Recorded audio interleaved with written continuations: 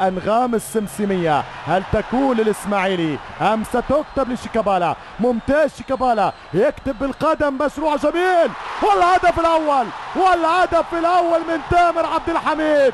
يا الله الله عليك يا تامر، أعدت ذكريات الزمن الجميل.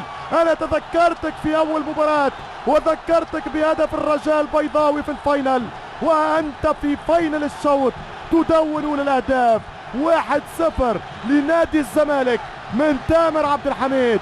الهدف لتامر والإبداع لشيكابالا. تسلم يا اسمراني، ما هذه الروعة، ما هذا الإبداع، الشغل الكل عمله شيكابالا. شوف الروعة، شوف الاختراق، شوف الروعة والانطلاق. كورة ممتازة للإطلاق، العبها سهلة، الدفاع ما يأمنش، سهلة مضمونة، العبها في قلب المرمى ل1-0 لنادي الزمالك.